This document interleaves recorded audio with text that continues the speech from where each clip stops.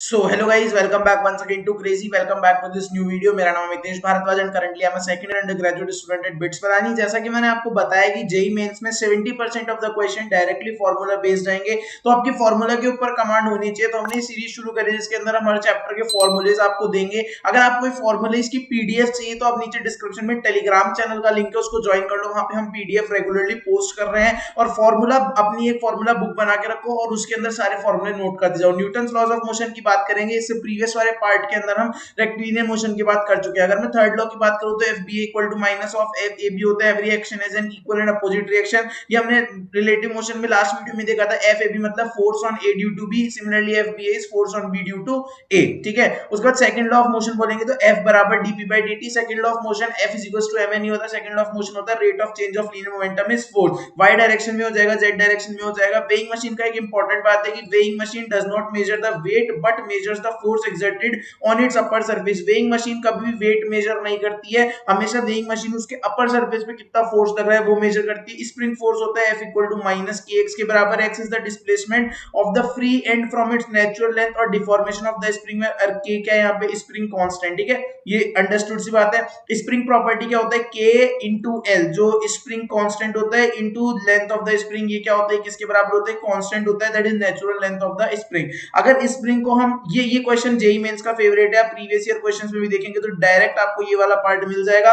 If spring is cut into two pieces in the ratio m is to n, अगर m is to n length के ratio में मैंने एक spring को तोड़ दिया, मतलब एक स्प्रिंग को दो पार्ट में तोड़ दिया सच दैट उनकी लेंथ का ratio m is to n है। kl होता है हमारे पास k1 l1 बराबर k2 l2, जहां पे l1 की वैल्यू होती है ml by m plus n और l2 की वैल्यू होती है nl by m plus n। अगर आप ये डायरेक्ट फॉर्मूला याद रखोगे 4 मार्क्स 100% गारंटी। इस सीरीज कॉम्बिनेशन और पैरेलल कॉम्बिनेशन रेजिस्टेंस का उल्टा ये फॉर्मूले रहता है। स्प्रिंग बैलेंस क्या होता है, does not measure the weight, it measures the force exerted by object on the hook. Hook पे कितना फोर्स लगा रहा है। ये वाला जो अरेंजमेंट है ना भाई, ये अरेंजमेंट ढूंढ के एकदम प्रॉपर्ली बनाया गया है। जेई मेंस का फेवरेट अरेंजमेंट है। इस अरेंजमेंट की डायरेक्ट रिजल्ट याद रखो, इधर पी पॉइंट की वेलोसिटी हो जाएगी v1 plus v2 by 2 और a1 plus a2 by 2 हो जाएगा एक्सीलरेशन ऑफ दिस p। और ये v1 v2 इन दोनों ऑब्जेक्ट्स की वेलोसिटी है, इन दोनों मासेस की, और a1 a2 इनकी एक्सीलरेशन। ठीक है, और एक्सीलरेशन किसके बराबर हो जाएगा, m2 minus m1 g upon m1 plus m2। ये किसके लिए बताया, अगर मेरे पास मान लो एक पुली लटकी हुई है, ठीक है, और पुली से मैंने दो मास लगा दिए, एक मास यहाँ पे लगा दिया m2,